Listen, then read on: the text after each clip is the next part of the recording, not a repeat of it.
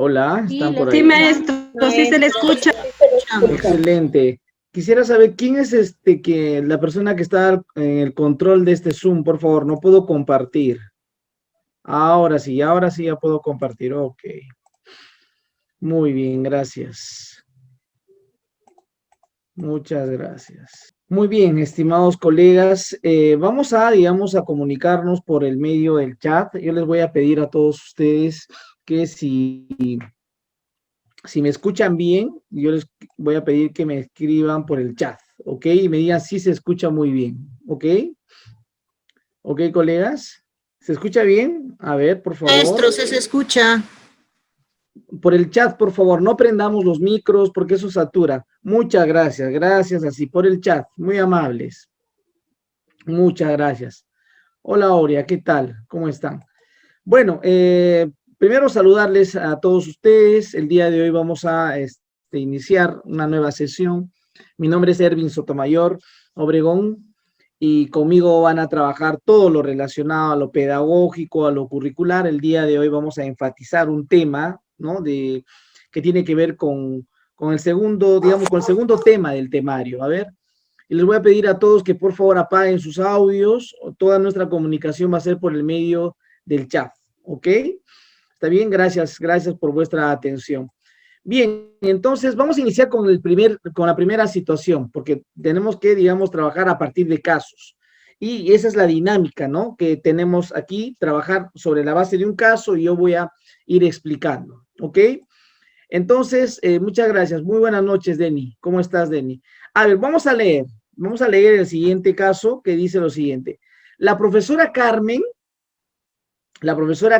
orienta la práctica de caligrafía de sus estudiantes.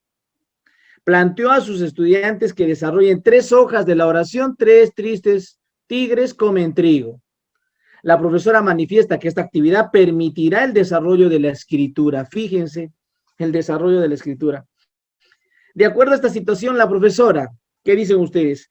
Utiliza el enfoque de competencias para el desarrollo de la escritura, desarrolla el enfoque generativo transformacional para el desarrollo de la escritura de los niños y niñas, utiliza un enfoque tradicional de la enseñanza de la escritura, desarrolla un enfoque textual respecto a la enseñanza de la escritura de los niños y niñas. ¿Cuál consideran que es la respuesta? Bilda, en lo tradicional, ya, ok, la C, están, digamos, todos apuntando hacia la alternativa C. Primero, esta práctica de la caligrafía, pues, es una, digamos, práctica conductista. O sea, desde ahí tenemos que, digamos, tener la claridad. Es una práctica conductista, ¿no? Porque hoy en día ya en realidad no es que nuestros estudiantes deben ir repitiendo. Eso no significa que no puedan, digamos, desarrollar, digamos, su letra, pero esta práctica es repetitiva, por eso es conductista, ¿sí? Lo pueden estar trabajando muchos maestros, pero sin embargo es conductista, repetitiva, memorística. Y muchas veces cuando trabajábamos así de esa manera, era para memorizar una palabra que nos olvidábamos, ¿no es cierto? Para repetir. Entonces, esta es una práctica, digamos, conductista, repetitiva, que está orientada más a un aprendizaje de ese corte, ¿no? Entonces, por lo tanto, la alternativa C sí es, digamos, la respuesta en esta ocasión. En el caso de la A, no puede ser enfoque de competencias, porque desde un enfoque de competencias, digamos, está orientado a desarrollar desempeños, ¿no? Y acá en la práctica de caligrafía, pues ese no es un desempeño desde un enfoque de competencias, digamos, de esa perspectiva constructivista, sino es desde una perspectiva más conductista, pero no podría ser, porque no se está trabajando, digamos, un desempeño, ¿no? Para lograr, digamos, esos aprendizajes que queremos desarrollar. Hay un enfoque generativo transformacional de la comunicación. El enfoque generativo transformacional de la comunicación nos habla Noam Chomsky, por ejemplo, que la lengua se transforma, ¿sí? La lengua varía, la lengua cambia, ¿no? Por ejemplo, la lengua se genera, ¿no? Entonces, hay términos que hemos ido, digamos, asumiendo hoy en día, producto de la tecnología hemos aprendido muchos términos. Por ejemplo, el Meet es un término, el Zoom, ¿no? Son nombres, ¿no? Entonces, que hemos ido aprendiendo, y así como ellos existen muchos nombres. Es decir, la lengua en realidad se genera, se transforma, y esa es una perspectiva, pero no tiene nada que ver con la caligrafía, ¿ya? En este caso. El enfoque textual, porque en la D nos habla del enfoque textual. ¿Qué le interesa al enfoque textual? Fíjense, al enfoque textual le interesa la unidad textual. A ver, profesores de primaria o profesor de comunicación de secundaria. ¿Qué le interesa al enfoque textual? La unidad textual. Es decir, se aprende a partir de una unidad textual con sentido, ¿sí? Entonces, yo puedo enseñar, digamos, la letra, la sílaba, la palabra, puedo enseñar todo eso, pero a partir de un texto con sentido. Podría ser a partir de una canción. Entonces, esa es una unidad textual, la canción, a través de un poema.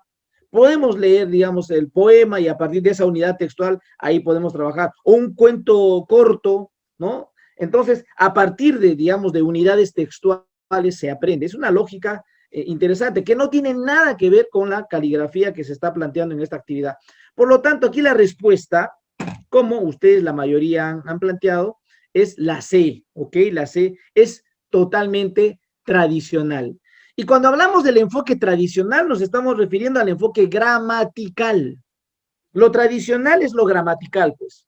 Hoy en día ya no estamos desde ese enfoque gramatical, ¿no es cierto? Desde un enfoque gramatical, primero se aprendía la letra, la vocal, luego se aprendía las consonantes, luego se aprendía la sílaba, luego se aprendía la palabra, luego se aprendía la oración, luego se aprendía el párrafo. Ya esa lógica de trabajo gramatical ya no existe, ¿no? Ahora es al revés, primero la unidad textual, a partir de la unidad recién identifico sus elementos que tiene otro tipo de lógica para el aprendizaje de la comunicación.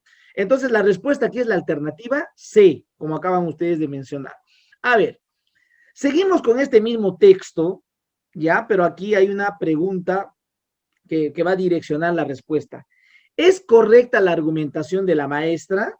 ¿Sí? Porque la maestra dijo que ella dijo que la profesora manifiesta que esta actividad permitirá el desarrollo de la escritura.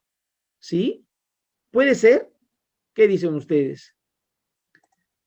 Hemos dicho primero que es tradicional, ¿no es cierto? Está más asociado a un enfoque gramatical de la comunicación gramatical, ¿no? Por eso antes nos enseñaban a la gramática, pues, ¿no es cierto? Era un enfoque gramatical. Ahora estamos hablando de un enfoque ya comunicativo, que es totalmente distinto, lo opuesto a ese enfoque gramatical. Por lo tanto, ese es, digamos, el punto de partida. Luego nos dice, ¿es correcta la argumentación? Sí, porque es una forma de fortalecer la dirección izquierda-derecha que siguen las palabras. Pero acá estamos hablando de la caligrafía, ¿sí? La caligrafía no puede ser, pues, digamos, una estrategia para fortalecer izquierda-derecha. No, no puede ser. El estudiante puede escribir digamos, desde cualquier tipo de texto, de izquierda a derecha y de arriba hacia abajo para poder fortalecer, por ejemplo, en primaria, la direccionalidad, ¿no es cierto? Pero no es la caligrafía, eso es una práctica tradicional. Entonces no podría ser la A. B, no porque se debe seguir el correcto trazado de la letra, el correcto trazado de la letra, ¿cómo es eso? Entonces aquí, digamos, hay también una incoherencia, ¿no es cierto? No es que se debe seguir el correcto trazado de la letra, el estudiante progresivamente, desde los primeros ciclos, va a ir aprendiendo, digamos, a escribir, ¿ya? Y no tiene nada que ver con el trazado de la letra, sino tiene que ver con que él tiene que escribir desde su hipótesis de escritura, poco a poco, ¿no? Hasta que logre una escritura alfabética, ¿no? Sí, porque fortalece la psicomotricidad. No, pues la psicomotricidad yo no lo voy a, digamos, desarrollar con la caligrafía. La psicomotricidad lo voy a desarrollar primero de manera grueso con los movimientos, ¿no? La psicomotricidad gruesa, moviéndome, saltando, ¿no es cierto? Corriendo. Y luego la psicomotricidad fina con la plastilina o desarrollando algunas actividades con la mano, pero no de esta manera. Entonces, no, la respuesta es no, porque desfavorece el ánimo y motivación por la producción textual. Si queremos que el estudiante escriba, entonces tenemos que favorecer, tenemos que motivarlo al estudiante y no, pues, como se está planteando acá de manera, digamos, tradicional. Por lo tanto, la respuesta es la D. Muy bien, Nísida. Excelente, la D.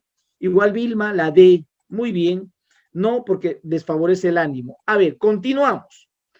Pero si queremos, digamos, trabajar en los niveles, digamos, del tercer ciclo o del segundo ciclo, tú que eres profesora del segundo ciclo o que tú eres profesor del tercer ciclo, ahí podemos desarrollar, digamos, la linealidad y la direccionalidad con nuestros niños cuando escriben de izquierda a derecha y de arriba hacia abajo. Por ejemplo, le podemos decir que escriba su nombre, entonces su nombre lo va a escribir de izquierda a derecha, pues, ¿no es cierto? Con ese tipo de actividades podemos desarrollar la linealidad y direccionalidad. De repente no va a escribir de manera alfabética, ¿no es cierto? Entonces él va, digamos, a representar, digamos, ahí, ¿no? Lo que está escribiendo, entonces lo puede hacer de izquierda a derecha y de arriba hacia abajo. Así yo fortalezco la linealidad y direccionalidad. No es con la caligrafía, ¿sí? Entonces, esto, digamos, el estudiante del segundo y del tercer ciclo poco a poco va a ir, digamos, aprendiendo a partir de la lectoescritura, que vamos a ir hablando mucho más adelante sobre ese tema, que es clave, digamos, para el aprendizaje de la lectura y escritura. Entonces, los niños, en el caso, digamos, de primaria y de inicial, porque muchos de ustedes son de primaria y inicial, se inician en el aprendizaje de la escritura desde el primer momento que se plantean preguntas. Si tú eres profesora de primaria, del tercer ciclo, y tú eres profesora de inicial, del segundo ciclo, el niño ya comienza a tener interés en la escritura cuando ya se plantea, digamos, estas preguntas. ¿Cómo se escribe mi nombre, por ejemplo? Un niño del segundo ciclo, con 5 años o 4 años, ya tiene ese interés. O del tercer ciclo, ¿no? Porque la escritura, digamos, es clave. No nos olvidemos que en inicial, en el segundo ciclo, y el tercer ciclo todavía se trabaja las hipótesis de escritura. Las hipótesis de escritura, es decir, hay que dejarle al niño que escriba como él considera que se escribe, digamos, su nombre. Progresivamente va a ir aprendiendo, ¿no es cierto?, a poder escribir de manera alfabética. Entonces ahí nace la, digamos, hipótesis de escritura. Eso es clave. Y el estándar de aprendizaje, por ejemplo, de la escritura, nos dice que desde el nivel 2, es decir, desde el segundo ciclo, ya debemos estar fortaleciendo la hipótesis de la escritura. Eso es lo que demanda, digamos, el estándar de aprendizaje. Si ustedes revisan los estándares, eso es lo que se tiene que trabajar desde el, digamos, segundo ciclo y también se tiene que ir fortaleciendo en el tercer ciclo. ¿Ok? Muy bien, seguimos con este mismo texto. Y a partir de este texto nos plantean la siguiente pregunta.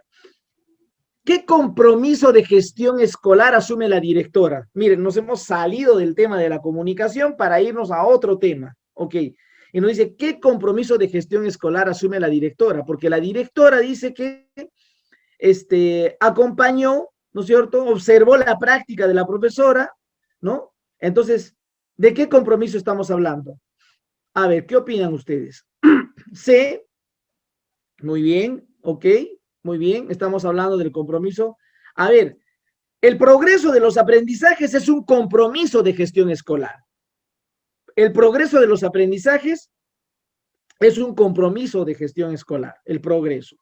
Y el progreso está orientado a plantearnos metas de aprendizaje. Escuchen, el progreso de los aprendizajes está orientado a plantearnos metas de aprendizaje. Eso es clave, ¿ah? Porque sobre esto han venido varias preguntas sobre el progreso de los estudiantes. El progreso de los aprendizajes tiene que ver con plantearnos metas de aprendizajes. Y las metas nos vamos a plantear nosotros como maestros, es decir, vamos a decir cuántos niños o jóvenes estudiantes, porque tú eres profesor de secundaria, cuántos jóvenes o niños se encuentran en un nivel satisfactorio, ¿sí? ¿Cuál es tu meta? ¿Cuántos niños se van a ubicar en un nivel satisfactorio? ¿Y cuántos niños se van a reducir del nivel en inicio? Porque hay muchos niños o jóvenes en el nivel en inicio y lo que quiero es reducir el nivel en inicio y quiero aumentar el nivel satisfactorio. Entonces, aquí en el progreso de los aprendizajes, ¿qué interesa? Reducir el nivel en inicio, ¿ya? Reducir el nivel en inicio. Quiero que haya menos estudiantes en el nivel en inicio y quiero que haya más estudiantes en el nivel satisfactorio, en el nivel avanzado. Eso es clave, digamos, dentro de este compromiso de gestión escolar. Por otro lado, la B, gestión de las condiciones operativas. El director de la escuela tiene que garantizar las condiciones operativas para que los estudiantes puedan estudiar. ¿sí? Por ejemplo, ya tienen los servicios básicos, hay agua, hay luz en la institución. Esas son garantizar condiciones operativas, ¿sí? Están las carpetas, hay lunas o, digamos, vidrios en las ventanas, tiene que garantizar las condiciones operativas. Ese es otro de los compromisos. C, el acompañamiento y monitoreo a la práctica. Esa es una tarea que lo desarrolla el director. El director acompaña y monitorea la práctica del profesor. Esa es una tarea del director, ¿sí? Por lo tanto, si me dicen qué compromiso de gestión escolar asume la directora, es el acompañamiento, como muchos de ustedes lo han planteado, porque tengo que yo chequear como director la práctica pedagógica del maestro. Y la gestión de la convivencia, que lo hemos trabajado también con ustedes, la gestión de la convivencia escolar, que es otro compromiso, tiene que ver con promover, con prevenir y atender. Hemos hablado de las 3 líneas de acción, ¿recuerdan? La gestión de la convivencia, con promover la convivencia escolar, con prevenir cualquier tipo de violencia y con atender cualquier tipo de violencia. Pero en este caso particular, mi respuesta es acompañamiento, porque ese es el compromiso que asume la directora. La respuesta es la C. Muy bien, la alternativa C.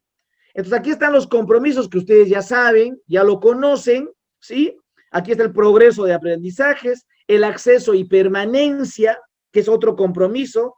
Queremos que más estudiantes accedan al servicio educativo, la calendarización y la gestión de condiciones operativas, el acompañamiento y monitoreo a la práctica del docente y la gestión de la convivencia.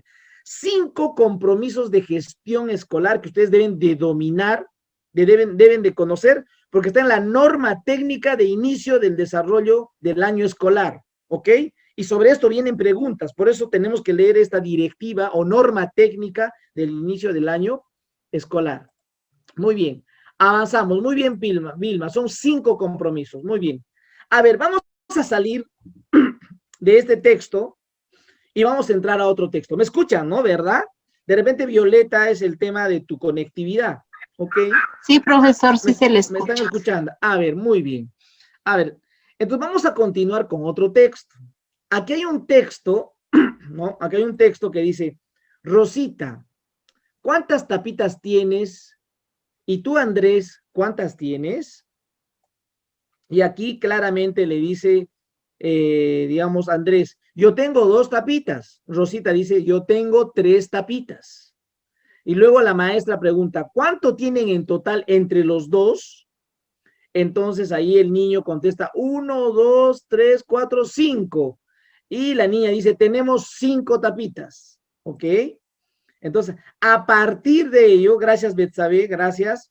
La pregunta, la consigna es, cuando la niña o el niño resuelve problemas de cantidad, cuando la niña o el niño resuelve problemas de cantidad, ya, resuelve problemas de cantidad, traduce cantidades a expresiones numéricas, comunica su comprensión sobre los números y las operaciones, usa estrategias y procedimientos de estimación y cálculo, a ver, o combina las capacidades de resolución de problemas de cantidad. A ver, ¿qué dicen ustedes? A ver, me parece que ahí Rafael, también Sonia, ahí se traducen cantidades.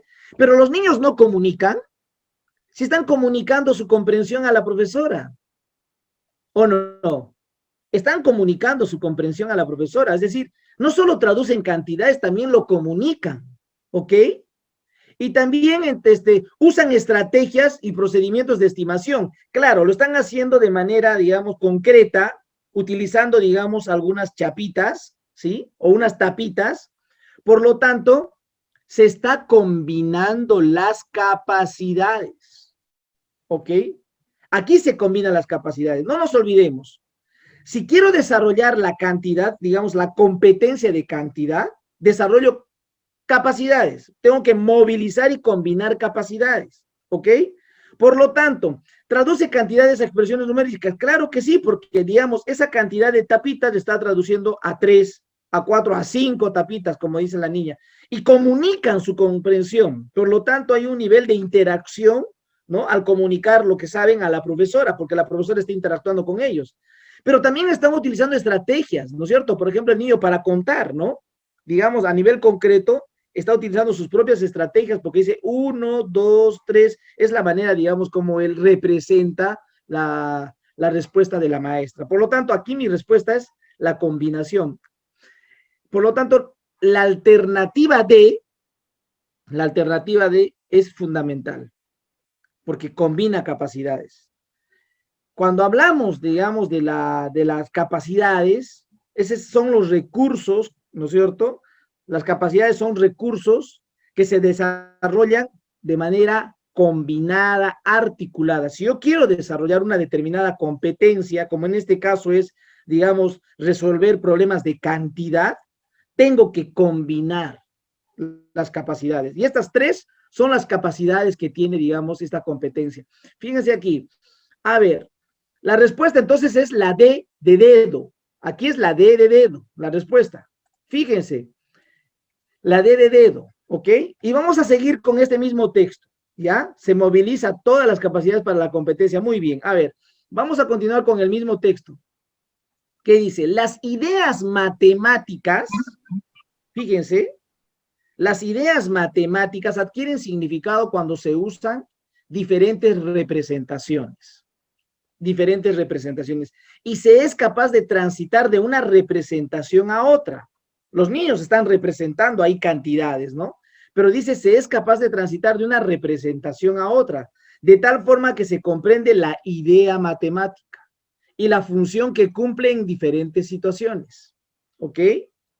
Entonces la pregunta aquí es, en esta situación, ¿qué representación existe? ¿Representación vivencial? ¿Representación con material concreto? ¿Representación gráfica? ¿O representación simbólica? A ver, creo que esa es una pregunta que está sencilla, ¿no? Muy bien, ok. Nícida, vivencial. A ver, vamos a analizar, ¿ah? Vamos a analizar. Porque dime, la representación, son 5 tipos de representación. Vamos a ir aprendiendo. Vamos a ir aprendiendo, ¿ok? ¿Me escuchan? ¿Me escuchan? Son 5 tipos de representación. 5 tipos de representación. Yo puedo representar de manera vivencial. ¿Cuándo represento de manera vivencial? Cuando hago juegos motrices. Es decir, representamos con el cuerpo, ¿sí? Eso es, digamos, una representación vivencial. No se escucha. A ver, es una representación vivencial, ¿ok? ¿Me están escuchando, Sí se escucha, verdad? profesor, sí se escucha, profesor. A ver, yo les voy a pedir que si Apaguen no se los escucha, micros, por escriban por el favor. chat, por favor. Escriban por el chat, porque si no vamos a tener esta distorsión, ¿ok? ¿Ok? Vamos a tener esta distorsión. Yo les voy a pedir que escribamos todo por el chat, ¿sí? Fíjense, ¿ah? Fíjense, queridos colegas, fíjense. Una representación vivencial, a ver, una representación vivencial siempre va a ser a través del cuerpo, con la motricidad. Una representación vivencial. Esa es la manera de representar. Matemáticamente hablando, representamos de esa manera, con la motricidad. Por lo tanto, puedo hacer juegos de roles. Juegos de roles. Es parte de la representación vivencial. O puedo hacer una dramatización. Eso es parte, digamos, de la representación, digamos, vivencial. ¿Ok? Una representación con material concreto, ahí sí tenemos que dividir. ¿Ok? Material concreto, porque hay material concreto estructurado y por otro lado hay un material concreto no estructurado, ¿ok? Material concreto estructurado y por otro lado hay material concreto no estructurado. ¿Cuándo es un material concreto estructurado? Cuando tiene fines pedagógicos. Es estructurado el material porque ha sido, digamos, construido con un fin pedagógico. Por ejemplo, los cubos lógicos, ¿sí? O las regletas de Cuisinier, ¿sí? Las regletas de Cuisinier, ¿sí? Es decir, tienen una finalidad pedagógica, son estructurados, pues ese material concreto. Pero los no estructurados son materiales que no han sido elaborados con fines pedagógicos. No tienen fin pedagógico, pero sin embargo lo utilizamos. Por ejemplo, las tapitas. La tapita, pues es una tapita, ¿no? Es un material no estructurado. Las piedritas, el maicito, el arrocito, porque con eso puedo trabajar la matemática. son materiales no estructurados. Entonces, a eso se denomina material concreto, ¿ok? Material concreto. Muy bien, Karim. El base 10 es pues un material estructurado porque tiene un fin pedagógico. Muy bien. La representación gráfica, fíjense, ¿ah? Una representación gráfica es una tabla, pues. Una tabla. Yo puedo hacer una tabla y los estudiantes en una tabla pueden, digamos, representar. O puedo hacer, digamos, una lista, ¿no? Una lista. O puedo hacer un cuadro de doble entrada. A eso estamos hablando de una representación gráfica. Tablas, listas, cuadro de doble entrada. Eso es representación gráfica, que es distinto a la representación pictórica, porque la representación pictórica son los dibujos, la representación pictórica son los dibujos, ¿no es cierto? Estamos hablando de los dibujos, estamos hablando, digamos, de los íconos, ¿sí? Esa es la representación pictórica. Y la representación simbólica son símbolos, pues. Son las expresiones matemáticas. Ya cuando quiere escribir el 2, cuando ya quiere escribir el 3, los números, ¿no? Pero en este caso particular, entonces mi respuesta es representación con material concreto, porque los estudiantes están trabajando con tapita. Continuamos, por favor. Continuamos, ¿ok? Seguimos ahí. Comentarios. A ver, entonces fíjense que aquí está, digamos, la representación, ¿no? La representación pictórica, la representación gráfica, la representación simbólica, la representación vivencial y la representación con material concreto. Son, digamos, las 5 formas de representar, digamos, la matemática, ¿ok? Y eso lo hemos explicado ya y ustedes lo manejan. Bueno, vamos a entrar a la siguiente. A ver, aquí está, por ejemplo, un ejemplo, ¿no? Es vivencial cuando los niños, por ejemplo, pueden estar representando, digamos, de esta manera, ¿no? Haciendo, digamos, un juego de roles. Lo concreto cuando utilizo, digamos, el material concreto. Lo pictórico cuando dibujo, ¿no? Estoy representando, dibujando, digamos, con un dibujo, el 5, ¿no es cierto? O el 2.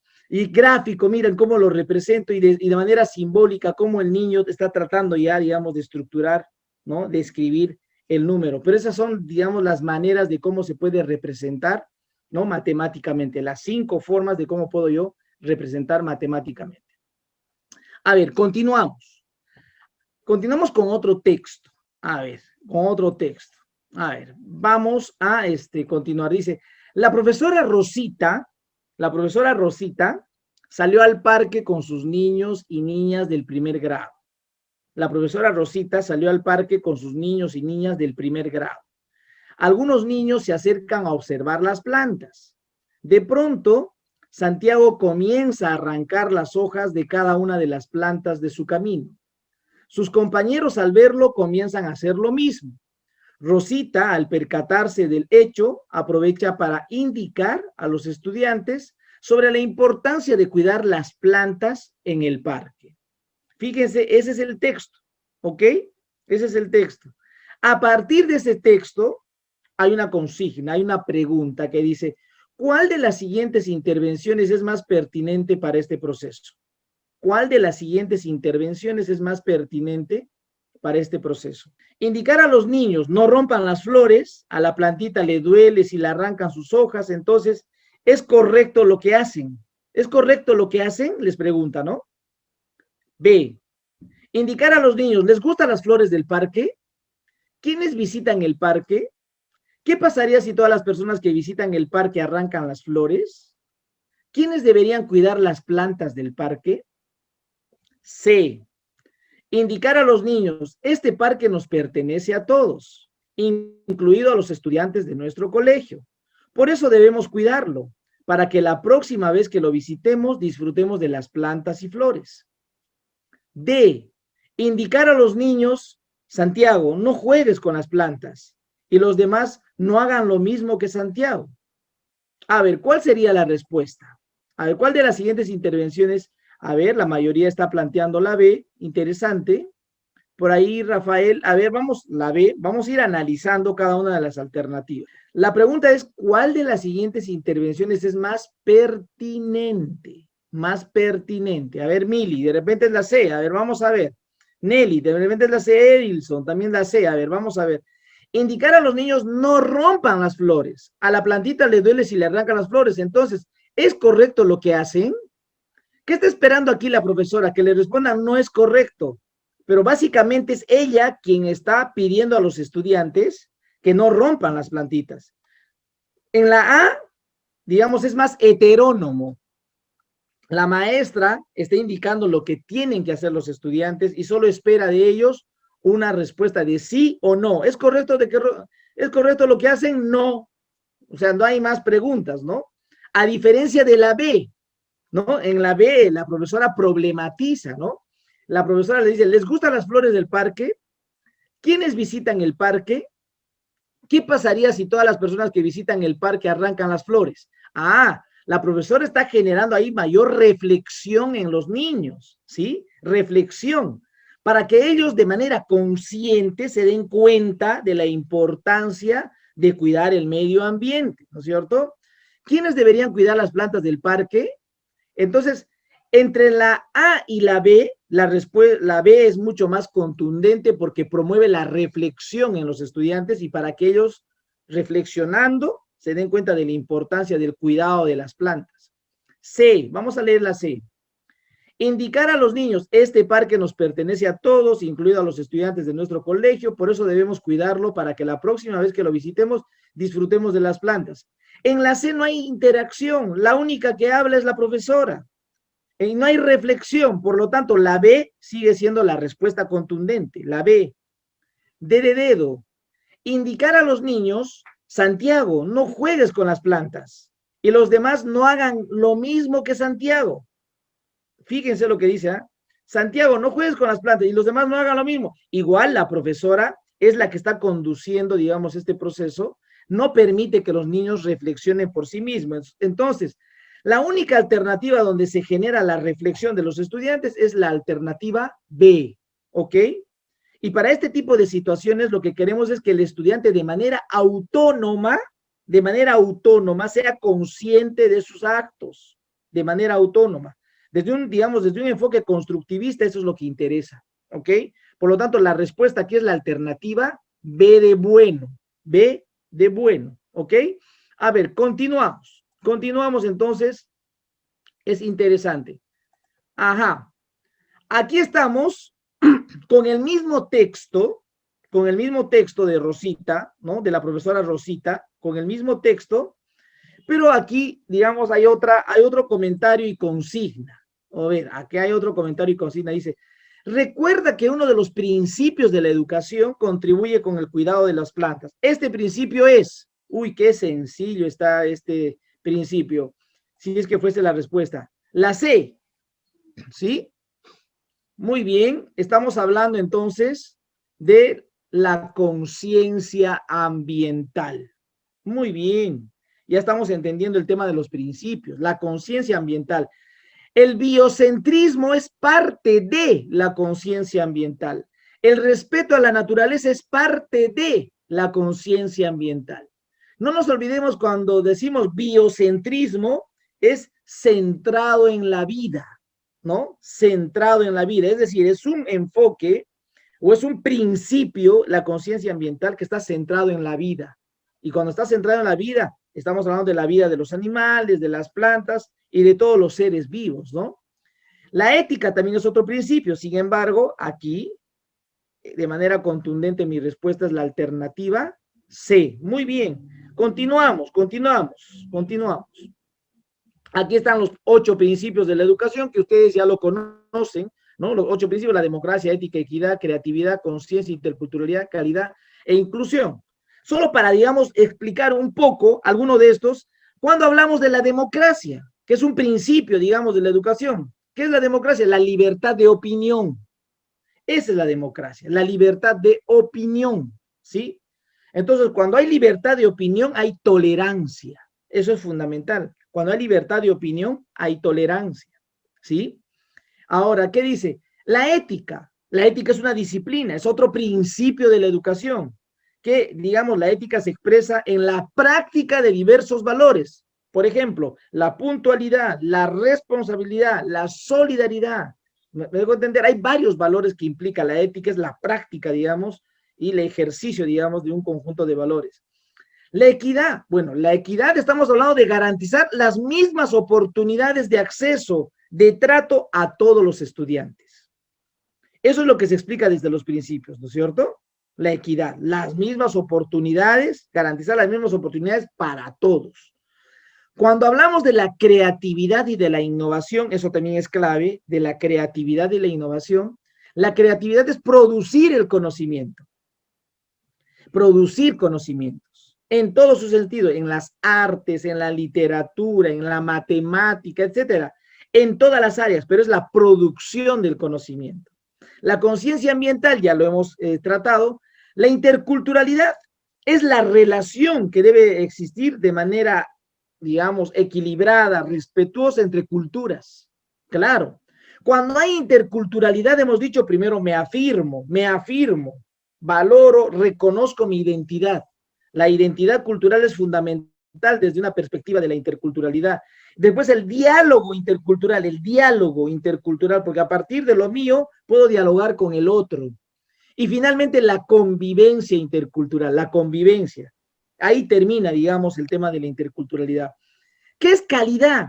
Según los principios, garantizar las condiciones para que el estudiante pueda desenvolverse adecuadamente en sus estudios, ¿sí? Eso es calidad. Yo aseguro condiciones adecuadas para que el estudiante pueda ejercer, digamos, sus aprendizajes en la institución educativa. Y cuando hablamos de inclusión porque este es un principio que está asociado a lo vulnerable, a las poblaciones vulnerables. Entonces, la inclusión es el principio que atiende a las poblaciones vulnerables, no se olviden, y no solo son discapacitados, ¿ok?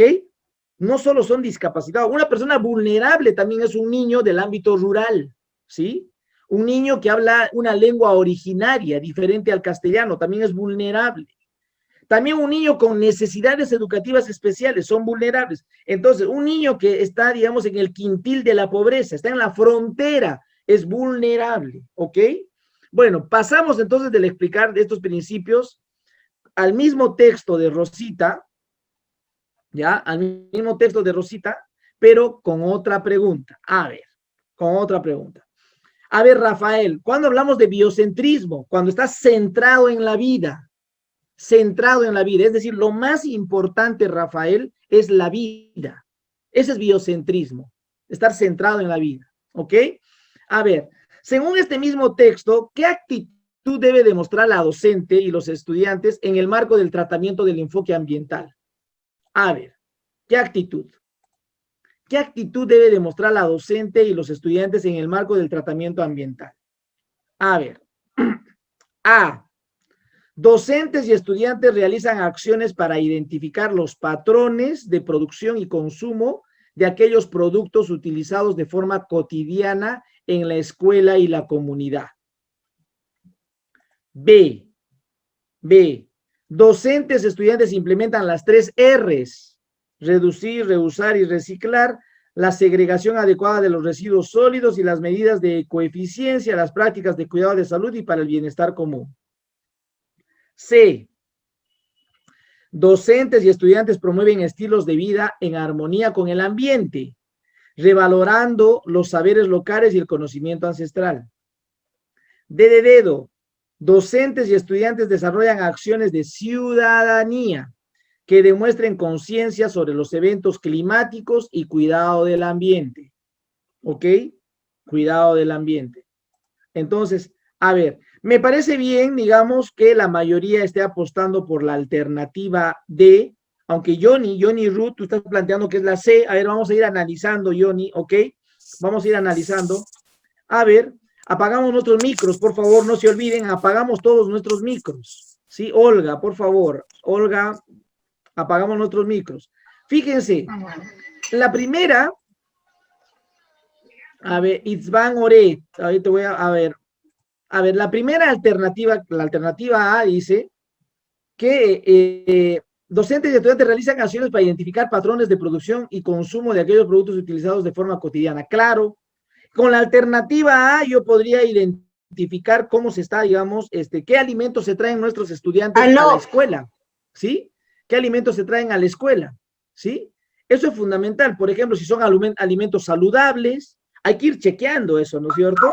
Entonces, para eso sería la alternativa A, para chequear los alimentos que traen. De repente están trayendo comida chatarra, ¿no es cierto? Entonces, pero de eso no trata, digamos, el texto. Vamos a la alternativa B, a la alternativa B. Docentes y estudiantes implementan las 3 R's, reducir. Pero acá no se habla de reducir en el texto. Y ya no son 3 R's, hay una cuarta R. A ver, ¿quién me puede decir cuál es la cuarta R? Escriban en el chat. En el chat, ¿cuál es la cuarta R? ¿Cuál sería esa cuarta R? No, pues reutilizar, Marina, Norma, Yuli, es reusar. Reusar es reutilizar, es lo mismo, ¿sí? Estamos hablando de rechazar, rechazar. ¿Por qué rechazas? Porque tú cuando vas a comprar pan te dicen, ¿le entrego en bolsa? No, tú tienes que rechazar la bolsa, ¿sí? Tienes que rechazar. ¿Le entrego sorbetito? No, rechazas. Hay que rechazar y eso se tiene que trabajar con los estudiantes. No a la bolsa, hay que rechazar, digamos, todo eso. Eso es, digamos, una parte de las prácticas para poder trabajar, digamos, esas 4 R's. Pero arriba en el texto no tiene nada que ver, digamos, con el tema de implementar las R's, ¿no? Las 3 R's o las 4 R's, no tiene nada que ver. C, docentes y estudiantes promueven estilos de vida en armonía con el ambiente. Puede ser, porque si el Santiago comenzó a arrancar hojas, ¿no? De las plantas, tiene que estar en armonía, pues podría ser en armonía con el ambiente, puede ser. Pero luego dice revalorando los saberes locales y conocimiento ancestral. Entonces, como que de ahí ya lo redirecciona, ¿no? Hacia otro propósito, ya, digamos. Sin embargo, la C puede ser una alternativa, ¿no? Podría ser una alternativa. Leemos la D. Los estudiantes desarrollan acciones de ciudadanía. Ah, qué interesante. Si han salido al parque, y el parque es de todos, entonces los niños tienen que desarrollar acciones de ciudadanía. Por ese lado, me parece interesante, acciones de ciudadanía. Por ahí se rescata un tema. Lo otro, que demuestran conciencia sobre eventos climáticos. Ahorita no hay ningún evento climático, pero luego dice cuidado del ambiente. Ah, entonces aquí hay 2 temas que yo rescato de la alternativa D. Uno, la ciudadanía que deben ejercer los estudiantes porque están en el parque, y el otro, el cuidado del medio ambiente, pues tienen que cuidar las plantas. Por lo tanto, entre la C y la D, la D es la más contundente, ¿ok? Como una respuesta favorable para esta situación. La D de dedo, ¿ok? Y la mayoría en realidad ha ido apostando por la alternativa D. Muy bien, muy bien. A ver, continuamos. Vamos a continuar. Seguimos con esta pregunta de Rosita, ¿no? De la profesora Rosita. Y es que de una pregunta puede salir varias, ¿no es cierto? De una pregunta puede salir, digamos, varias consignas y preguntas, ¿ok? Entonces, a ver, en este texto dice que la profesora salió con los niños, etcétera, etcétera, ya conocen el texto. Y luego dice, además, decide abordar la situación con todos los estudiantes para valorar de manera personal el cuidado de las plantas. Esta situación de la maestra, desde el enfoque socioconstructivista, promueve el aprendizaje. A ver, ya estamos ingresando, digamos, al tema del constructivismo y socioconstructivismo. Acá nos dice, desde un enfoque socioconstructivista, ¿qué promueve el aprendizaje? Interindividual e intraindividual, o sea, la A, por indagación en una situación vivencial o un aprendizaje social. ¿Qué dicen? Olga, apaga por favor tu micro, por favor, Olga, ¿sí? Entonces, fíjense, a ver, vuestra atención. Ah, acá dice hay una respuesta variada. Algunos hablan de la D, ok. Berta, tú hablas de Vygotsky, la D. Así es eso es lo que dice Berta. ¿Estás segura lo que dice? ¿Solo es social para Vygotsky? ¿Estás segura, Berta? A ver, vamos. Tenemos que analizar cuándo estamos hablando del socioconstructivismo. A ver. Y aquí voy a explicar. Quiero que ustedes me entiendan, ¿ok? Según Vygotsky, Berta, según Vygotsky, está bien Eva, Jessica Delgado, está bien, lo sociocultural es clave. Hay una teoría que plantea Vygotsky para poder entender lo sociocultural. Eva, Jessica, para poder entender lo sociocultural, hay una teoría que plantea Vygotsky. Se llama la interactividad. A ver, escriban en el chat, todos. Interactividad, escriban. Interactividad. Escriban, interactividad. Muy bien, Idania. Interactividad, interactividad. Muy bien. Se aprende escribiendo también. ¿Ok? No se olviden. No se van a olvidar. Les aseguro que no se van a olvidar. ¿Saben por qué? Porque están utilizando su motricidad para escribir. Es increíble, pero se aprende. Interactividad. La interactividad es una teoría que planteó Vygotsky. La interactividad es una teoría que plantea Vygotsky para sustentar, digamos, ese enfoque sociocultural. Escúchenme, ¿ok? Ese enfoque sociocultural. Entonces, el enfoque sociocultural se plantea gracias a la teoría de la interactividad. ¿Y qué dice la interactividad? Primero se aprende de manera social y luego se aprende de manera individual. Nuevamente repito, primero se aprende de manera social y luego se aprende de manera individual. Para Vygotsky, esto es como una moneda, como una moneda, como una moneda. Cara es lo social y sello es lo individual. Es una moneda que no puede separarse. Me dejo entender, por lo tanto, no solo es social, no puede ser social porque está articulado a lo individual. Tampoco no es solo individual, también es social. Es como una moneda que están, digamos, juntas, lo social y lo individual. Entonces, Vygotsky dice, se aprende de manera interindividual. Interindividual. Ajá, Rafael, así, interindividual. Eso es pues lo social, se aprende de manera interindividual, con el entorno, ¿ok? Y luego aprendes de manera autónoma, individual, a lo que él le llama intraindividual. Intraindividual, primero aprendo de manera interindividual, es decir, entre nosotros, ¿no? De manera social, y luego se aprende de manera intraindividual, ¿ok? Esa es la manera de cómo se entiende lo sociocultural, pues, ¿no es cierto? Desde la teoría de la interactividad. Entonces, si aquí me dicen, me están diciendo en la pregunta me dicen, esta actuación de la maestra, ¿no? Desde el enfoque socioconstructivista, promueve el aprendizaje, la respuesta sería la A, interindividual e intraindividual, ¿ok? ¿No? Entonces esta teoría sustenta el enfoque sociocultural. Muy bien, Rosemary, ¿ok? Primero es social y luego es individual. Desde el constructivismo solito muchas veces ve solo lo individual, ¿ok? Y a veces se pierde lo social, porque solamente estás mirando la forma de cómo una persona construye su aprendizaje de manera autónoma, pues. Pareciera que es individual desde el constructivismo.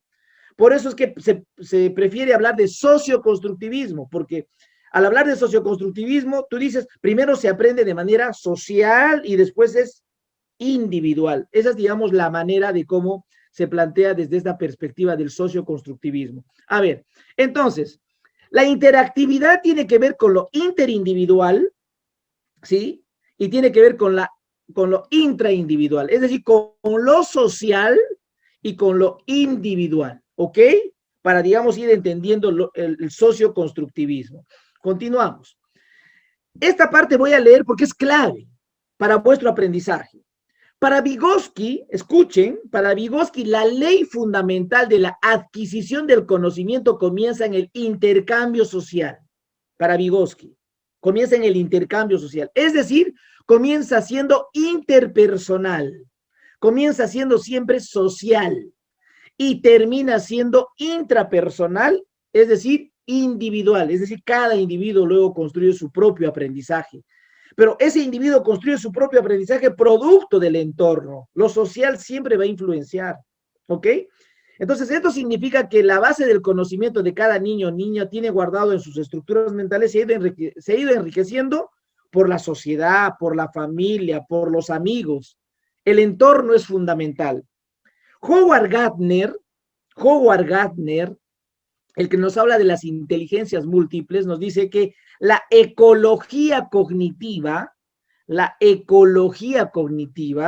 influye en los procesos de aprendizaje. Es lo que nos dice Howard Gardner. Es decir, lo social, el entorno, eso es para él la ecología cognitiva. Y cuando decimos ecología cognitiva, me estoy diciendo que cada persona, cada cognición es una persona, pues cada persona, la mamá, el papá, los amigos, el entorno, el vecino, todos, esa es la ecología cognitiva que va a influenciar en el proceso de aprendizaje, digamos, de toda persona, ¿no? Muy bien, para ir complementando. A ver, entramos a otro texto, ¿ya? Estamos metiéndonos de lleno al tema del constructivismo y del socioconstructivismo, ¿ok? Dice, el profesor Johnny es tutor de un aula. Desea orientar adecuadamente el comportamiento de uno de sus estudiantes. James, su estudiante más inquieto, golpea de manera permanente a sus compañeros. Todos le tienen miedo. El profesor conversó con los padres de James sin obtener ningún resultado, por lo que decidió dejarlo sin recreo cada vez que agreda a otro de sus compañeros. Esto nos pasa en primaria, también nos pasa en secundaria, ¿verdad? ¿Sí? Pero acá la pregunta nos dice, de acuerdo a esta situación, el profesor hace bien en restringirlo del recreo porque es un estudiante abusivo con sus compañeros. ¿Debe disminuir su nota de conducta para que el estudiante sea consciente de su actitud? C. ¿Debe promover que lo expulsen? Porque no puede ser que maltrate a sus compañeros. D. ¿Debe conversar con el estudiante, explicarle las consecuencias de sus actos y actuar en el marco de los compromisos que se asuman? ¿Qué opinan? A ver. La D. Interesante. La D, me parece interesante que la mayoría esté planteando la alternativa D. Claro, no pueden restringirlo del recreo, pues ¿cómo le van a restringir del recreo? Porque sería, digamos, una enseñanza o una, digamos, norma, es una norma muy conductista, porque conductistamente hablando, pensamos que al castigarlo, él va a dejar de pegar a sus compañeros. Es decir, si le castigo más, él va a dejar de pegar. A veces existe, digamos, esa relación, ¿no es cierto? No, pues no puedo restringirlo. Tampoco voy a disminuir su nota. Eso es conductista, pues. Es decir, no puede ser el castigo, digamos, un referente para que se cambie la actitud de James. Esa es una perspectiva conductista. La A y la B son conductistas, ¿ok? Debe promover que lo expulsen. También otro castigo. Entonces, la A, la B y la C son netamente conductistas, ¿sí? ¿Se puede hacer eso? Claro, pero es conductista, ¿ok? La D, debe conversar con el estudiante, explicarle las consecuencias de sus actos y actuar en el marco de los compromisos que se suman. Esa sería una respuesta, la D de dedo, una respuesta más constructivista, ¿ok? Porque el estudiante debe ser consciente de su aprendizaje. No nos olvidemos que se aprende actitudes, no solo se aprende las cogniciones, conocimientos, también se aprende afectividades, emociones, motricidades. Se aprende todo eso, pues no solamente se aprende los conocimientos, ¿ok? Entonces, la respuesta correcta aquí es la alternativa D de dedo. Me parece muy bien la respuesta D de dedo. Y la anterior, pues, a ver, no me están siguiendo, la anterior obviamente es la A, interindividual e intraindividual, esa es la respuesta, ¿sí? Me están siguiendo, ¿verdad? Ok, Melita, la anterior es la A, no te olvides, ¿ok? Y aquí la respuesta es la D, ¿ok? Muy bien, eso es importante, está bien, si tienes alguna duda, escríbelo, no hay ningún problema, pero estate, digamos, atento. Yo repito, siempre estoy repitiendo, Ya puedo sonar en algún momento redundante, pero tengo que seguir repitiendo porque por la conectividad de repente no me escuchas en la primera, pero en la segunda ya me escuchaste, ¿verdad? De eso se trata, digamos. Muy bien. Continuamos entonces. Continuamos. Es muy probable que James haya sido golpeado de niño, por ello su actitud abusiva con sus compañeros. ¿Puede ser o no? Es muy probable que James haya vivido cierta violencia en su familia o en su entorno. Entonces, aquí la clave es que tú tienes que estar alerta de lo que le está pasando a James, sea en primaria o en secundaria. De repente está viviendo algún tipo de violencia escolar. Hay una violencia en casa. De repente el papá le pega. No sabemos. Entonces ahí tengo yo que prevenir algún tipo de violencia. Y entonces aquí tengo que aplicar los 3 principios de la gestión de la convivencia. Entonces tú tienes que estar alerta, pues, de repente para prevenir algún tipo de violencia, porque James no puede ser que se comporte así. Algo está pasando. Y ahí tenemos que cumplir un rol fundamental desde la gestión de la convivencia. ¿Ok? Continuamos.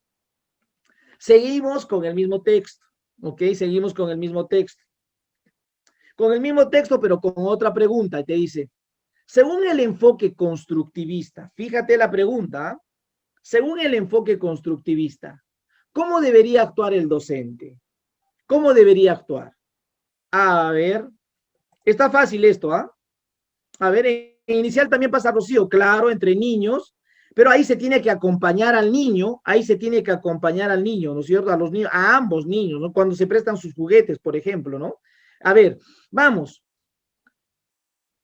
Aquí la pregunta es, según el enfoque constructivista, ¿cómo debería actuar el docente? ¿Debería promover acciones que le permitan al estudiante ser consciente de sus actos? B. ¿Debería sugerirle que visite al psicólogo de la institución educativa para que pueda orientarlo de manera personal? C. ¿Debería desarrollar procesos didácticos para que James aprenda a respetar a sus compañeros? D. ¿Debería proponer normas de convivencia para frenar la actitud de James? D. Pero, a ver, Lidia, Yuli, ¿está bien? Y también Eva, Rocío, Betsabe, ¿ya? Igual Johnny. No puedo decir la D, ¿por qué? A ver, yo les voy a decir, ¿por qué no pueden decir? Yo no puedo proponer normas. Hemos hablado de que se tiene que hablar de acuerdos de convivencia. Es decir, el estudiante tiene que ser consciente de su actitud, de manera obediente o de manera consciente. A ver, díganme, ¿el estudiante tiene que actuar de manera obediente o de manera consciente? Escriban, pues, consciente, por supuesto. Si pongo normas, es de manera obediente y no, pues, no tiene sentido, no puede ser de manera obediente, es de manera consciente y eso lo hemos trabajado, ¿ah? Lo hemos trabajado. Ahora, la C dice, debería desarrollar procesos didácticos. Es que no se puede desarrollar procesos didácticos para el comportamiento, porque el comportamiento, las actitudes de los estudiantes son variables, diversas. No es como el proceso didáctico de la lectura, el proceso didáctico de la indagación, el proceso didáctico de la resolución de un problema.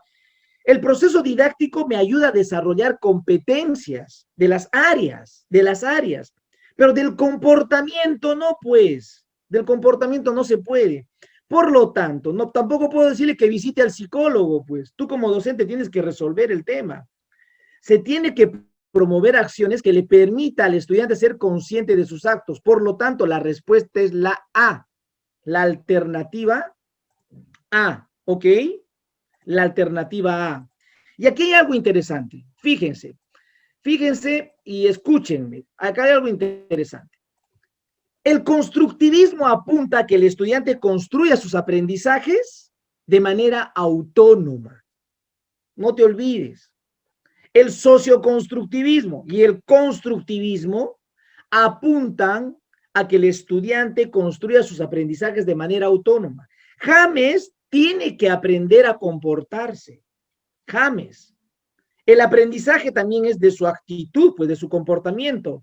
Y él tiene que construir sus propios aprendizajes de manera autónoma. Y lo va a hacer siendo consciente de sus actos. ¿Ok?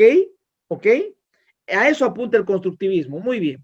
A ver, continuamos. Hay otra, digamos, otra lectura que dice, dos grandes corrientes, escúchenme, ya estamos en otra lectura, otro caso, dos grandes corrientes de pensamiento, el conductismo y el constructivismo, han marcado y aún marcan nuestras concepciones de aprendizaje. Dos grandes corrientes de pensamiento, el conductismo y el constructivismo, han marcado y aún marcan nuestras concepciones de aprendizaje. Algunos aprendizajes que la escuela debe desarrollar han aprovechado prácticas inspiradas del conductismo y centradas en particular en la memorización de saberes mediante ejercicios que se repiten. ¿Ok? Sin embargo, los que se refieren al desarrollo de competencias y de dominio de saberes complejos recurren a prácticas basadas en una concepción del aprendizaje inspirada en el constructivismo. ¿Ok? Fíjense en la lectura, ¿ya? Entonces, desde esta perspectiva, a ver, ¿qué nos dice, no? Desde esta perspectiva, es correcto decir que la educación de nuestro país se circunscribe a ambas corrientes de pensamiento, ¿sí? B, que el conductismo promueve el aprendizaje receptivo y por descubrimiento, ¿sí? ¿Qué dicen? C, que el constructivismo considera el aprendizaje como un proceso del cual el niño o niña es el primer artífice. D, que la educación debe aprovechar prácticas conductistas y constructivistas. Que la educación debe aprovechar prácticas conductistas y constructivistas. ¿Cuál es la respuesta? A ver. La C. Ah, qué interesante. Dalmacia, estás con la B. A ver, vamos a ver. Lupe, para ti es la D de dedo. Ajá. Bueno, aquí vamos a, digamos, para Rafael también la D. A ver, sucede lo siguiente. Una cosa es mi opinión, otra cosa es tu opinión, porque podemos tener opiniones totalmente diferentes, ¿ok? Pero cuando se trate de responder este tipo de preguntas, no podemos responder a partir de nuestras opiniones y a partir de lo que nosotros consideramos.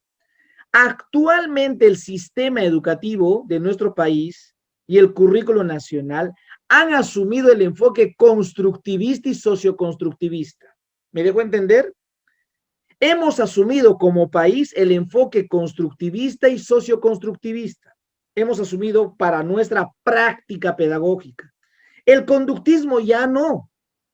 ¿Me dejo entender? Aunque en las instituciones educativas trabajen de manera conductista, esa es otra cosa. ¿Me dejo entender? Una cosa es lo que trabajan algunos profesores de manera conductista, otros mezclan el conductismo con el constructivismo. Eso es una cosa, ¿no es cierto? Eso es lo que sucede, pero desde el currículo nacional, desde las políticas educativas, hemos asumido el constructivismo. Por lo tanto, yo tengo que decir, que la educación de nuestro país se circunscribe a ambas corrientes de pensamiento. No, no se circunscribe, falso. Hemos asumido solo el constructivismo y socioconstructivismo. Solamente estamos asumiendo ello, ¿ok? Pues la A no es correcta, pues. La A no es correcta. Olga, ¿puedes apagar tu micro, por favor, Olga? Se prendió nuevamente. A ver, luego la B, fíjense, que el conductismo promueve el aprendizaje receptivo, ¿sí? El conductismo promueve el aprendizaje receptivo, es cierto, y por descubrimiento, no, pues, el conductismo, ¿cómo va a promover aprendizaje por descubrimiento? El aprendizaje por descubrimiento es más constructivista, entonces no, pues la B tampoco es, la A no es, la B tampoco. C, que el constructivismo considera el aprendizaje como un proceso del cual el niño o niña es el primer artífice, claro. El niño o niña o el estudiante, el adolescente, es el artífice de su propio aprendizaje. Entonces, la C es una potencial respuesta, la C. D, que la educación debe aprovechar prácticas conductistas y constructivistas. No, para nada, eso no lo hemos asumido. La educación debe aprovechar prácticas constructivistas, ¿ok? Entonces, la única respuesta sería aquí la alternativa C. C de cienciano, C de cristal, pues C de casa, pues, ¿no? La respuesta es la alternativa C. Ok, continuamos. A ver. Entonces, cuando hablamos de constructivismo, escuchen, cuando hablamos de constructivismo, ¿el constructivismo qué dice? El conocimiento implica al sujeto que conoce y no tiene sentido fuera de él. Quiere decir que el conocimiento es inherente a la persona. Todos tenemos, digamos, saberes previos. Por eso dice que el conocimiento que un sujeto elabora es necesariamente el de su propia experiencia. Es decir, con el constructivismo vamos a construir los nuevos aprendizajes a partir de nuestra propia experiencia, a partir de nuestras vivencias. Eso es fundamental desde esta perspectiva constructivista. Por lo tanto, el conocimiento no es independiente del sujeto. El estudiante ya tiene conocimientos. porque ya vive, ya tiene un entorno donde se desenvuelve. Entonces, debo de utilizar o debo de partir de esos conocimientos previos para desarrollar los nuevos conocimientos. ¿Ok? Entonces, el conocimiento no se puede disociar del sujeto, entonces se construirá. ¿Ok? El conocimiento no se puede disociar del sujeto y entonces se construirá. Eso es algo que en realidad tenemos que, digamos, entender desde esta perspectiva constructivista. ¿Ya? Desde el momento de la concepción, tú que eres profesora de inicial, desde el momento de la concepción y cuando el niño está en la barriguita, el niño ya aprende, porque escucha la música que escucha la mamá, escucha cuando habla la mamá. Por lo tanto, ya hay un conocimiento, el niño ya tiene conocimientos. Cuando nace, él recuerda y tiene, digamos, esos conocimientos, ¿sí? Porque está registrado ahí, está registrado las emociones de la madre, están registrado lo que hablaba la mamá, la música que escuchaba la mamá, y eso en realidad, desde la etapa, digamos, de embarazo, se desarrolla. Por eso se dice que el constructivismo, desde una perspectiva constructivista, el estudiante ya tiene saberes previos, ¿sí? Ya tiene conocimientos. A ver, vamos a entrar a otro tipo de texto para seguir hablando del constructivismo y del socioconstructivismo, ¿ok? A ver, los profesores de una institución educativa discutían sobre el enfoque constructivista. Luzmila, profesora de secundaria, planteaba que los estudiantes construirán sus propios conocimientos a partir de aquello que adquirieron desde la etapa de embarazo y la socialización de sus primeros años. Martín, profesor de primer grado, cuestionó el planteamiento de Luzmila, argumentando que los niños y niñas aprenden producto de la transferencia de conocimientos que los docentes utilizan en la escuela. Por ello, los conocimientos se construirán a partir de aquellos que el docente siembra en el estudiante. Karim, docente del segundo ciclo, planteó que los niños poseen conocimientos y estos se van a construir en la medida que se contextualicen o se sitúen. ¿Ok? Fíjense, digamos, el diálogo entre estos docentes de estas instituciones. La pregunta es, según el socioconstructivismo, ¿existe la transferencia de conocimientos en los procesos de enseñanza-aprendizaje? ¿Qué dicen ustedes? ¿Sí? ¿Qué dicen? ¿Existe la transferencia? Melita, es la C, no te olvides, ¿ya? Ajá.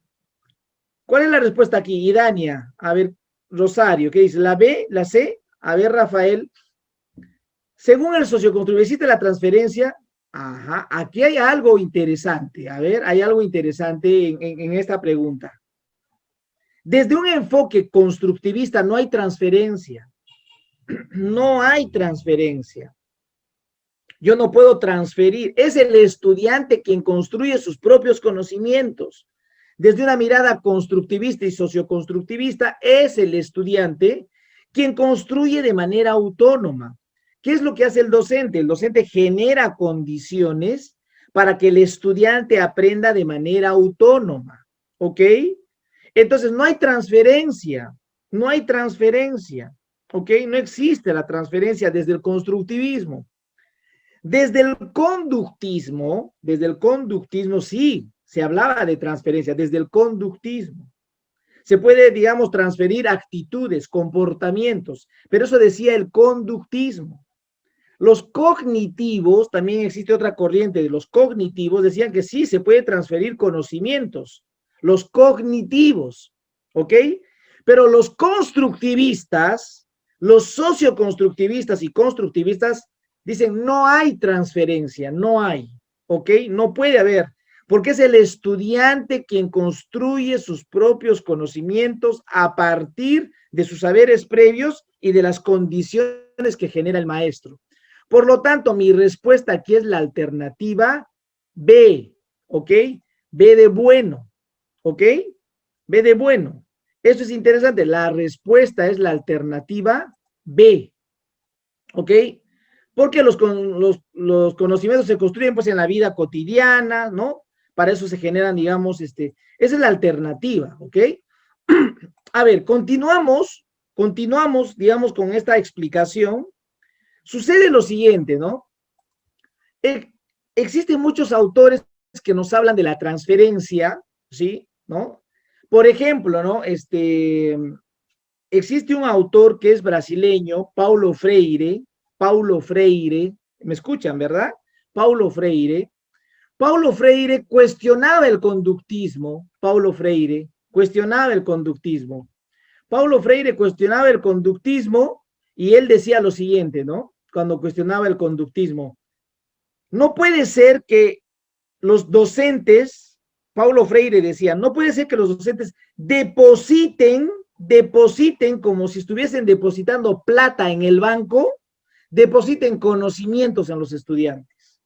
Eso es lo que decía Paulo Freire, cuestionaba, criticaba a Paulo Freire, decía, no puede ser que la educación sea bancaria, una educación bancaria, donde el profesor deposita como si depositaría plata en el banco, deposita en el cerebro del estudiante conocimientos.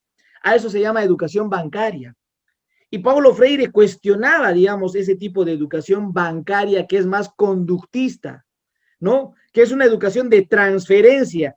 Ahí sí puede haber transferencia, desde el conductismo, sí, pues, transferencia, pero desde el constructivismo y socioconstructivismo no hay transferencia, ¿ok? A ver, continuamos entonces. Muy bien, Rosemary, ¿ok? Desde el conductismo sí se habla de que existe transferencia. A ver, continuamos. Entonces, ¿qué es el socioconstructivismo? Escuchen, para ir cerrando. Si un sujeto se construye conocimientos a partir de lo que conoce, si un sujeto construye conocimientos a partir de lo que conoce, entonces eso es socioconstructivismo, ¿ok? Porque él construye a partir de lo que conoce, pues, porque eso que conoce es lo que ha aprendido en su entorno. Por lo tanto, primero es social y luego es individual, ¿ok? Desde una perspectiva socioconstructivista. A ver, en este mismo texto, vamos a seguir leyendo, a ver, en este mismo texto. Según estos planteamientos, ¿qué docente o docentes están en lo correcto? A ver, ¿quiénes están en lo correcto? Luzmila, Martín, Karim y Luzmila, Karim, ¿qué dicen? A ver, ¿cuál es vuestra respuesta? La C, ya. Para Nícida, Karim, ok, Nícida, a ver, vamos a ver. La D, la C, la D, la C, ok, muy bien. A ver, vamos a ver, ¿qué dice? A ver, vamos a analizar uno por uno, ¿ok? Vamos a analizar uno por uno. ¿Qué dice? A ver, ¿qué dice Luzmila? Escuchen, Luzmila, ¿qué dice? Profesora de secundaria planteaba que los estudiantes construirán sus propios conocimientos a partir de aquello que adquirieron desde la etapa de embarazo y socialización de sus primeros años. Luzmila tiene razón, es correcto lo que dice, porque desde una perspectiva constructivista es correcto lo que dice Luzmila. Martín, a ver, vamos a leer a Martín. Martín, profesor de primer grado, de primaria, ¿no? Cuestionó el planteamiento de Luzmila argumentando que los niños y niñas aprenden producto de la transferencia de conocimientos que los docentes utilizan en la escuela. Por ello, los conocimientos se construirán a partir de aquellos que el docente siembra en el estudiante. Desde una perspectiva constructivista, Martín no tiene la razón, ¿ok? Desde una perspectiva constructivista o socioconstructivista, Martín no tiene la razón, no es correcto lo que dice Martín. ¿Y qué dice Karim? Docente del segundo ciclo, de inicial, planteó que los niños poseen conocimientos, es cierto, y estos se van a construir en la medida que se contextualice o se sitúe. Es correcto. Se tiene que aprender de manera pertinente. Por lo tanto, Luzmila y Karim tienen la razón. La respuesta es la alternativa C. ¿Por qué? Karim y Luzmila están en la razón. ¿Está bien, Yanira? ¿Ok? Es Karim y Luzmila, ¿ok? A ver, continuamos. La respuesta aquí es la alternativa C, ¿ok? La alternativa C. Entonces, hay una hipótesis, ¿no? Que les comento, ¿no? Que cuestiona el constructivismo. Hay una hipótesis que cuestiona el socioconstructivismo, cuestiona. Y, por ejemplo, dicen, ¿no? Esta corriente dice, el conocimiento es de la realidad. No puede ser que el conocimiento sea de la persona. Fíjense lo que dice esta hipótesis. El conocimiento está en la realidad. Es más, dicen, antes de que tú nacieras, ya existía el conocimiento. Entonces, el conocimiento está en los libros, el conocimiento está en la biblioteca. Antes de que tú nazcas, ya había conocimiento. Entonces, ¿cómo vas a decir que el conocimiento es inherente a la persona? No, pues está mal. Ese es el cuestionamiento que se le da pues al constructivismo, ¿no? Porque, digamos, muchas corrientes dicen que el conocimiento es exterior al sujeto y solo se puede transmitir, porque el conocimiento está en los libros, en las revistas, y eso se puede transmitir. Es una corriente fuerte, evidentemente, una corriente que cuestiona el constructivismo, pero ahora yo les comparto esto porque es importante que ustedes sepan que los enfoques pueden cambiar, pueden variar, ¿sí? Los enfoques, los paradigmas cambian. En este momento hemos asumido el constructivismo y el socioconstructivismo. Entonces tenemos que seguir adelante con ese mismo enfoque hasta que un nuevo currículo nos diga que ya hemos transitado a otro enfoque, pero ahorita seguimos en modo constructivismo y socioconstructivismo, ¿verdad? Por lo tanto, esa es, digamos, la reflexión a partir de este texto. Entonces, para ir cerrando, a ver, desde una perspectiva socioconstructivista, los conocimientos se construyen, ¿ok? Desde una perspectiva socioconstructivista, los conocimientos se construyen, no se transmiten, se construyen, porque cada sujeto construye sus conocimientos. Desde una perspectiva socioconstructivista o constructivista, los conocimientos son temporalmente viables. Es decir, el conocimiento vence, así como la leche Gloria vence, el aceite se acaba, ¿no es cierto? Igual el conocimiento vence. Son temporalmente viables porque se va modificando, vamos reaprendiendo. Todo aprendizaje socioconstructivista o constructivista implica reflexión, implica crítica, implica cuestionamiento. Solo así se puede aprender de manera constructivista. Y los conocimientos están situados, pues, porque yo puedo aprender de manera pertinente, ¿no es cierto? Si es que sitúo mi aprendizaje en un determinado contexto. Esto es clave para el aprendizaje. A eso se llama la enseñanza situada. Tengo que aprender en el contexto y en el tiempo oportuno. Tengo que aprender en el contexto y en el tiempo oportuno. Eso es fundamental, ¿ok? Mili, debe ser algún problema de tu audio, pero se está escuchando normal, ¿ok? ¿Ok, Mili? A ver, continuamos, pero aquí está escrito y tú lo puedes leer también, Mili. Si en caso no me escuchas, pero se puede leer, ¿ok? A ver, entramos a otro texto. Fíjense este texto. A ver, ¿qué dice en el texto? A ver, vamos a leer. A ver, vamos a leer lo que dice en el texto. Existe una profesora que se va con sus estudiantes y a la bodega y había un niño que le pregunta al señor de la bodega, ¿por qué su bodega se llama Panchita? Y el señor le responde, porque así le dicen a mi esposa. Y todos los niños, y la profesora dice, Sofía, tú querías preguntar algo, tenías la mano levantada. Sí, dice, mi tío tiene tienda. La niña también quiere dar a entender que al igual que el señor, su tío tiene tienda. Y el niño nuevamente pregunta, ¿vende juguetes? Y el caballero le dice, no, solo vendo cosas para comer o preparar alimentos. A ver, aquí la primera pregunta que plantea el estudiante, ¿contribuye al fortalecimiento de uno de los paradigmas del aprendizaje estipulados en el marco del buen desempeño docente? ¿Cuál es esa pregunta? ¿Cuál es la primera pregunta que hace el niño? La primera pregunta es, ¿por qué su bodega se llama Panchita? Y esa es una buena pregunta. ¿Por qué? El niño quiere una justificación, quiere un argumento. Y le parece interesante la pregunta que plantea el niño. Entonces, aquí te dice, la primera pregunta que plantea el estudiante contribuye al fortalecimiento de uno de los nuevos paradigmas del aprendizaje. ¿Cuál es ese paradigma del aprendizaje? A ver, muy bien, a ver, la B, interacción y comunicación. ¿Solo será interacción y comunicación? ¿Es un simple diálogo? Pregunto, ¿es un simple diálogo? En realidad no hay un simple diálogo. Cuando hace la pregunta el niño y dice, ¿por qué su bodega se llama Panchita? Eso no es un simple diálogo. Él lo que quiere es una explicación. ¿Por qué su bodega? Y cuando el caballero le dice, es porque mi esposa se llama Panchita, entonces, suficiente la explicación. Entonces, el niño está planteando una pregunta desde una mirada crítica, ¿ok? Marjorie, es crítica. El enfoque, digamos, en el marco de esta pregunta es crítico, reflexivo. No es solo de una interacción y comunicación. Isvan, ¿ok? Muy bien, me parece bien. Por lo tanto, aquí, estos son los enfoques, digamos, que se promueve para los aprendizajes, ¿ok? En el marco del buen desempeño docente, estos son los enfoques, ¿sí? El marco del buen desempeño docente te dice que tenemos que aprender de manera crítica. No podemos seguir aprendiendo de manera acrítica. Por eso la respuesta es la A, ¿ok? ¿Ok? La respuesta es la A. La respuesta es la A. Entonces, tenemos que aprender de manera crítica, problematizando, deconstruyendo. Ese es un enfoque que nos plantea el marco del buen desempeño docente. Por otro lado, otro enfoque que nos plantea el marco del buen desempeño docente es valorar el potencial del aprendiz. Tenemos que valorar el potencial que tiene el estudiante, el joven estudiante, el niño. No puedo tener una percepción subvaluada del aprendiz. Porque cuando tengo una percepción subvaluada, ¿qué pasa? Digo, no aprende porque es pobre, pues. No aprende porque sus papás se separaron. No aprende porque no tiene retención. No aprende porque es desnutrido. No, pues.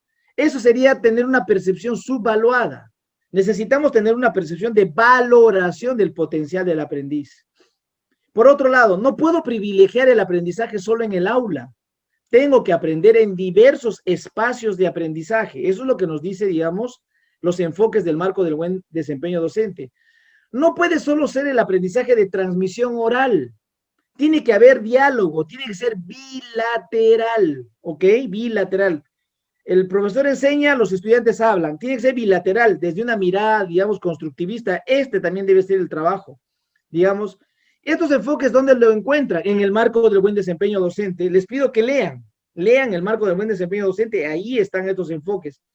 Si has estado desarrollando, digamos, reglas, creencias, prácticas y hábitos tradicionales, cambia a nuevas reglas, nuevos hábitos, nuevas creencias para poder, digamos, desarrollar los procesos de enseñanza-aprendizaje. Entonces, estos enfoques ustedes lo van a encontrar en el marco del buen desempeño docente. A ver, ya cerrando este mismo texto, la intervención de la maestra para que la estudiante pregunte se denomina, ¿cómo se denomina esta intervención para que la niña pregunte? A ver, Itzvan, ¿cómo se llama esta intervención?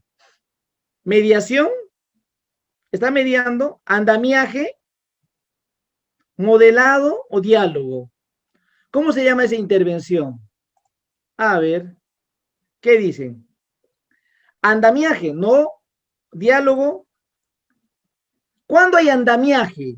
Escuchen, hay andamiaje porque el andamiaje es un soporte. ¿Cuándo hay andamiaje? El andamiaje es un soporte cuando un niño se queda atrás. ¿Me dejo entender? El andamiaje se da para los estudiantes que, digamos, se retrasan. Entonces el profesor los tiene que nivelar. Eso es el andamiaje. Hay una interacción con el estudiante para que se pueda nivelar el estudiante. Eso es clave para la nivelación. El modelado es cuando el docente demuestra al estudiante cómo se tiene que desarrollar una determinada actividad.